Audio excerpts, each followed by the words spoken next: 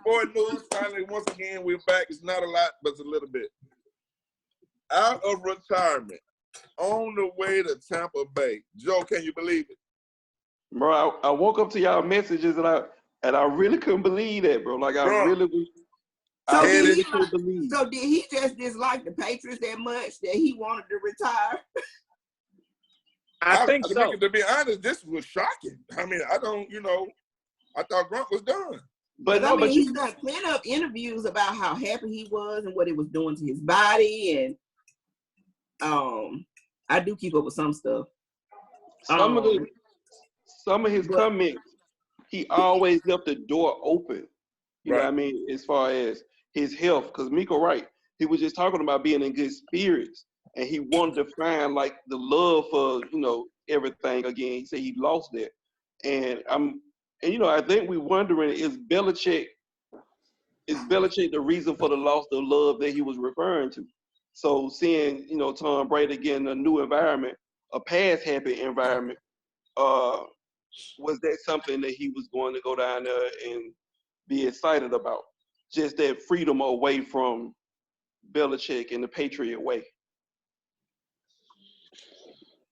That's what I say. I know for sure. I have seen plenty, because he was even on the Masked Singer, one of my guilty pleasures. That show makes no sense, but I absolutely love it. And he was on there this season, and that's something that he talked about. Because I don't know if any of y'all watch that show. They always have hints and stuff, and that's one of the things he said in his packages about who he was and his love for family, how he lost his love for football and things of that nature. So I was surprised, even though I closed the door on the topic. I was surprised to see that myself. Right. Now, we'll say this. Whenever this thing gets back rolling, residents of Tampa Bay, get ready. You're going to have a Grunt and TV coming to town. It's going to be on. Tom Brady, Gronkowski, and Mike Evans is going to be a hell of a 1, 2, 3 combination. I wonder, like, backfield-wise, you know what I mean? Do they pick up a running back in the draft? Who they running backs now? I can't think who they running backs now. I can't. I have to hit my homeboy, Mitch. Mitch, if you're out there, who y'all running backs at? Tampa, your backfield. And the fact that we just rightfully can't readily just say his name says like they might need to be looking at a better back. I think they got a little quality being serious. I just can't remember right off the top of my head. Yeah. But, offensive lineman, running back probably going to be something that they look for in defense. But, man, Tampa Bay, y'all in conversation. Y'all going to be in conversation this year. Right. Especially with Carolina not doing nothing. If they can squeak past the Saints, they'll be okay. Atlanta going to be dead, so they keep it mad at ice. Fact. But this is going to give a chance to look at. It's going to be hard not to look at Belichick and say, what happened? Or, what are you doing that they found heaven when they leave you or whatnot. So, right. But then again, okay. Say that, Joe. I'm going to say, but then again, can you argue with the man who, whatever program he running, 6 championships in, can you argue with what he doing? Well, the way I look at it, the way I told somebody is, I look at it as, when you got a racehorse that keeps on winning, at some point it's going to buck back. Like, I mean, Tom Brady and Gronk got everything they needed from the Patriots, right? Like, Gronk is considered the greatest tight end of all time. Tom Brady is. So they don't have to listen to the same things a lot of those players are going to. So at some point, even as we're going to get into the show, that sometimes at some point you're going to have to get ready to end a dynasty. And I think Gronk was not just going to do it. Gronk like the park. Right. You are not going to be able to be that wild and be able to do what you want to do and say what you want to say as a Patriot. Right. Hey, I want shout out to Lawson on the live. Shout out Lawson. Who just said the offensive line, you know what I mean? If they get that, they're going to be sick. I agree. And shout out to Lawson, man. Hey, I don't know if y'all know, bro. Like, Lawson from T-Town, he down there fighting down there by Auburn or whatnot. Professional fighter, 3-0, got a couple knockouts. I had to salute. Shout out, homie. Straight up. Shout out, Lawson. Straight up from Central. Straight up. But, yeah, man, Tampa Bay going to be scary. Like, they going to be fun to watch, if anything. They going to be fun to watch. As an Alabama fan, it excites me that O.J. Howard is going to get a chance to learn from one of the best of all time. That's true. But you know, it go back to like if you look at if you remember when Brady had Gronk and Aaron Hernandez at the same time, that dual tight end set that they was running, Belichick, you know, raised hell with that set. Tampa Bay could look at running both of them at the same time because, you know, O.J. Howard just a big wide receiver when he get to running. Right. But I look, and I don't know if the world don't know how good Mike Evans is. You know, when you start naming wide receivers, you know, sometimes his name don't get mentioned. But they gonna most definitely see Mike Evans shine. Yeah. Bright like a diamond. Big fat. So now also over this weekend in the sporting world, Sunday night, basketball fans and been the talk of all barbershop talk that you could ever want. The GOAT Jordan documentary, the first 2 parts of the 10-part series aired. Great reviews, great show. What do you guys take on it? What do you guys, you know? I gained a lot of insight, but I'm gonna let you guys go. I'm gonna tell you what my favorite thing was.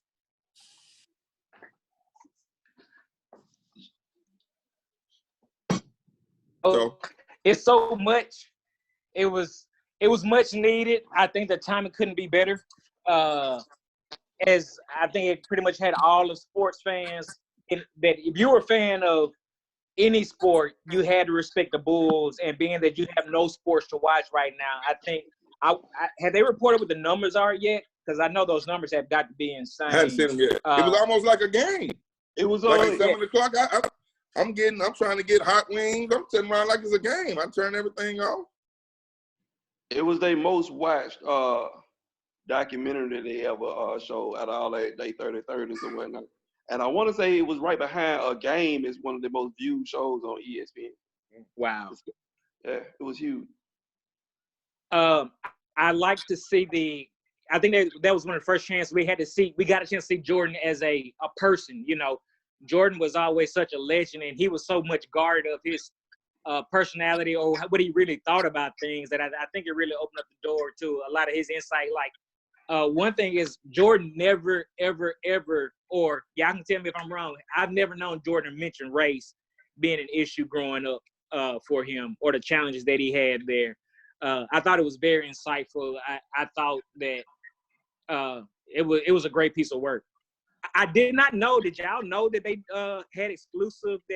did that exclusive footage of that last season? I had no idea that. They followed them throughout the whole season. I didn't even know that was being done back then. To be honest with you, right? Well, I never knew that was a thing. Right. What you think? They knew because they knew to follow him because of his greatness, and plus the fact it was going to be Phil Jackson's last season, no matter what. Fact. So you're gonna follow it, and whether they was good or not, it was gonna be Phil's last season. Just so it turns out it was the second three-peat. But my friend Tamika, she don't really watch. She didn't watch it. She's not really interested. But I just want to tell her one part. I wish you could have seen Scottie Pippen get the taste slapped out of him, because I was not ready for Charles Oakley to do that. Now, I always known Charles Oakley to be a gangster, but he showed that he was. I didn't think it was that Don't hard. get it twisted. You know my love for documentaries, so I'm going to watch it eventually, but it wasn't a must-see thing for me at the time. But you know I'm going to end up watching it because I love stuff like that. I ain't thinking of that hard. I mean, okay. Joe, it don't matter if it was, he came across his face. Like, there's no much, I think there's nothing more disrespectful. You can punch somebody, but a slap is the most disrespectful thing I think you could do to somebody. Bro, he was joking, bro. Okay. Yeah. Like I told Jay, it was a joke that your big cousin, you know, the one that's 4 or 5 years older than you, his joke. His jokes are pain. They joke. Tank, that cousin 4 or 5 years older than you and has spent at least 13 months in a juvenile. Right. They come over for Thanksgiving. Hey, look, they come over for Thanksgiving. He punched you in the chest. You can't breathe. A tear come out your eye. Y'all mamas look and he say, we playing chess guard. Man, we playing chess guard from last year. We still playing chess guard from 4th of July. I think Charles Oakley sent the message that needed to be sent, but that's what Charles Oakley did. Facts. You know what I'm saying? Like he was a message sender. Like that's what he was about. This, I'm a debate person. I love to debate. So my question for y'all: what did y'all think about the slack that Michael Jordan took last night in regards to Scottie Pippen contract? The what? Like the slack he was getting, like on Twitter and whatnot. People really was talking about, Jordan could have did more. He couldn't have did nothing. He couldn't have did nothing. In regards to Pippen contract. Why he didn't step up for Pippen? Why did he take so much money and Pippen didn't get? Listen, what did Michael Jordan tell us and what did the owner of the Bulls tell you? I sit guys down with them and their agent and say, this is your contract. I don't renegotiate. He tells you that before you sign your name. Yeah. Facts. But he tells you this before you sign your name. That's true. What job? Wait, so you trying to tell me on my job as an employee, I'm gonna go in there, worry about my salary, and I'm supposed to look out for everybody else's salary too? Facts, bro.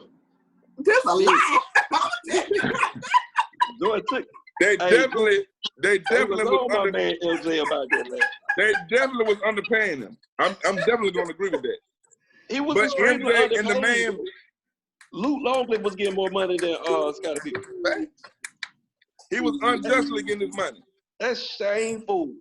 But I don't see how that's Michael Jordan thing. But I will say, I was a little stunned that he came out and said he felt Scottie Pippen was being selfish when he was maneuvering his way with the front office when he sat out at the beginning of the season. But Michael Jordan Scottie told us they weren't finna fuck his sum up. Fact. Like straight up. Hey Joe, let me say this. You talking about the same Michael Jordan who the team didn't want him to play coming off an injury, who said he would, it depends on how bad my headache is, I'll take a pill that might kill me. I mean, Jordan was willing, even for him, he held himself accountable to win at all costs. So at the same time, I think he looked at the same thing for anybody else on his team, because Jordan very well could have tore that ankle on up, or that foot on up at the same time. So Jordan wanted the same thing out of his teammates as everybody else. So I'm not mad at all at Scottie for doing what he did. And like you said, he want to get paid right, but only choice he had was to do what he did, go get the money in Portland, and get some of that Nike money that Jordan helped him get. And I think, looking at Scottie's backstory, that had something to do with it too. Like I think coming from humble beginnings, that he jumped at the money that was sitting in front of him. Felt like even he said it was either now or never, and he just, he jumped at the guap. It definitely was a bad deal, but it was terrible. like the Magic Johnson deal, $25 million for 25 years, $1 million a year. Man, that's a bad deal. Hey, look, I see my wife bring it up last night, and she said something about Magic Johnson contract was terrible in retrospect.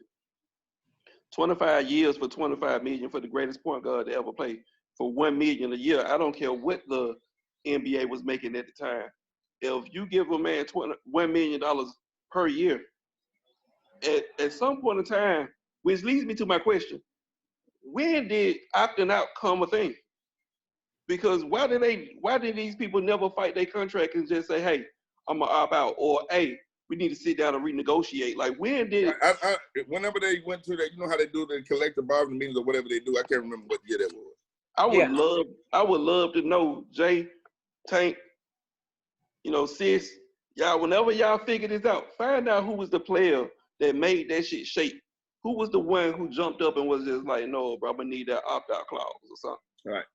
Because it wasn't always there, but now, then it came. It's a thing, because I'm pretty sure if it was a possibility then, they would have most definitely jumped up out of it. You know what I mean? Right. I will say, to Tank's point, what was that, 1999 when the NBA struck? I mean, we've had 2 strikes in the last 20 years? Yeah, I think so. So I mean, it could have been. I mean, that's the only time they would have had an opportunity to, go to the table on something like that. So I would have thought it would have been one of those times. And I know Joe and Tank, man, you talked about it, about the backstory of Scottie Pippen, with his humble beginnings, and it was 2005. Oh, there you go. 05. Okay, June 05. 2005, the NBA's 1999 CBA expired, meaning the league and the players' union had to negotiate a new agreement. 2005. Collective bargaining agreement. CBA, yeah. And I don't know if y'all remember this. Like we're talking about Scottie Pippen and him not being. You got to remember, Scottie Pippen just wasn't financially smart. If y'all recall, because I had to do my history to make sure I was right on this. Do y'all recall about Scottie Pippen buying a plane that didn't fly for $4.3 million? Yeah, it was like $4 million. He bought a plane that didn't fly. That didn't fly. So I mean, he ain't the most financially bright man there is in the world. Shout to Scottie Pippen though. I fuck with Pip. I fuck with Scottie too though. But and I was all over the place with this documentary. It had so many questions that came up. Because another big debate that came up in social media last night, since the documentary aired, I should say, was Scottie Pippen being so influential to Michael Jordan's success that you have to look at the fact that LeBron is a better player because of what he had to work with versus what Michael Jordan had. So I think I honestly knew this was coming. You know what I mean? I honestly knew this was coming. And I saw ESPN even ran a story on this, like the fact that, Michael Jordan probably felt his legacy was in danger after LeBron then won the Cleveland championship because he okayed this documentary to be released the day of the celebration of that. I'm gonna tell you like this, and I can be through with this topic.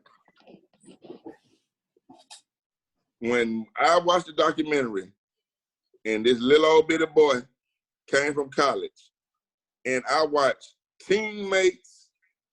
former teammates and coaches say, within 2 weeks of arriving, this is the best person in the entire building. The owner said, what the best? What you talking about? Sir, he's been here 2 weeks, and he's the best person in the building. I'm sure they gonna dig deeper into this. It's 10 parts, so it's a lot to uncover. It's a lot to pull back. I saw within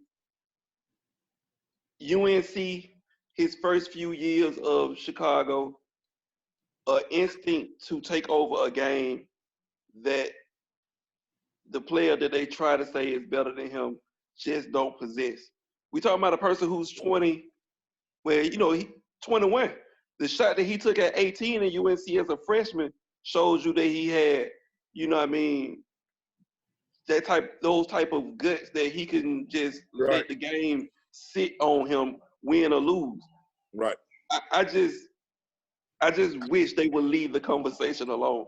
Because even with Scottie Pippen, who's probably the best number 2 ever to a superstar, let's not act like LeBron didn't have his prime years with probably the number 3 shooting guard of all time, Dwayne Wade, and only came out of that with 2 championships. So, I can't fault a person who played with Pippen and went 6-0 when you had, 4 years to play with Wade and, you know what I mean? And lose. LeBron not better than Kobe. Facts. And people don't even, I'm a little biased in that, but I will always say what I saw in Kobe was better than LeBron. I just wish the conversation would end. You know what I mean? But I'm sure it's going to continue, though. I think it's the most first off, they all came from different eras, and I think it's so hard when you give LeBron to have the opportunity of having the Jordan and Kobe blueprint to work off of, and Kobe having the blueprint of Jordan to work off of. Like, the game is different in each one of those eras. Like, do I think that LeBron could have handled getting beat up by the Detroit Pistons? Hell no. I mean, but they all come from different eras, so it's just really hard to make that argument. Yeah, or I don't even get why people do it in the first place. No, I agree. You know, I'm not. I don't feel like he could go through those Piston rules that those Jordan rules that Jordan had to go through. But by the same token, if Jeff Hornacek and Craig Elo was guarding LeBron in this era, how many points would he average?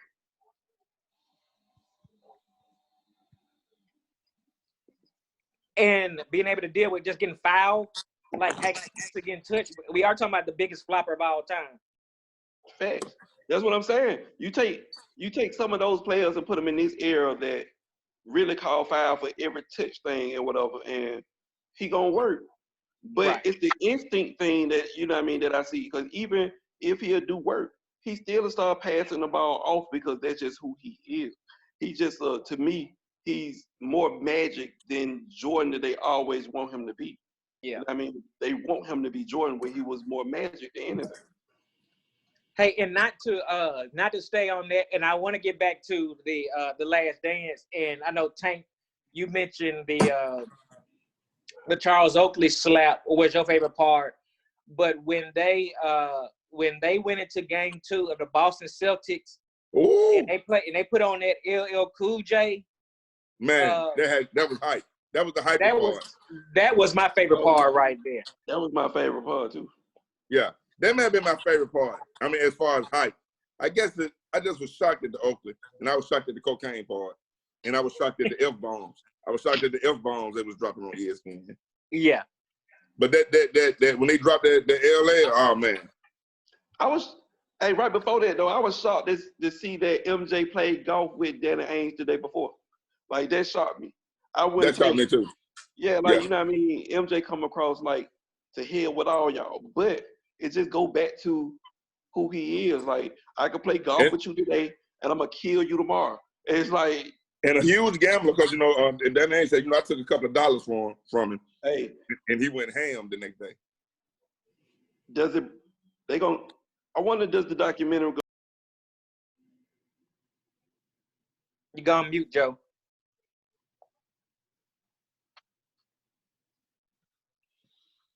Tank, are you good? I'm great. Okay, I can hear you. Okay. Yeah. But yeah, we'll be on the next parts next week. Facts. Great documentary. Please y'all gonna talk about it next week too? No. Oh, okay.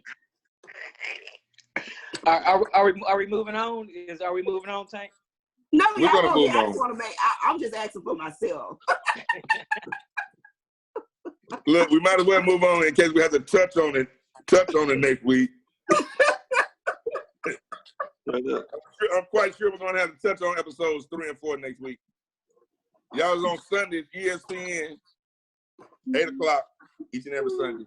Hey, Tank, I will say that that ESPN had with the uncensored, and the ESPN2 had the censor. So I really like that marketing move of making sure they got it on both sides. So you can watch it with your kids over here, so they make sure they hit both markets. So especially because, ESPN is taking on the chin, just like we all are right now. But I know they. And I definitely thank them for the uncensored one. That's the one I want. I need that uncensored. Yeah, all my great-grandparents, grandparents, parents, friends, y'all cussed in front of me, so that's the version I want. It's a sailor over there up under that shawl right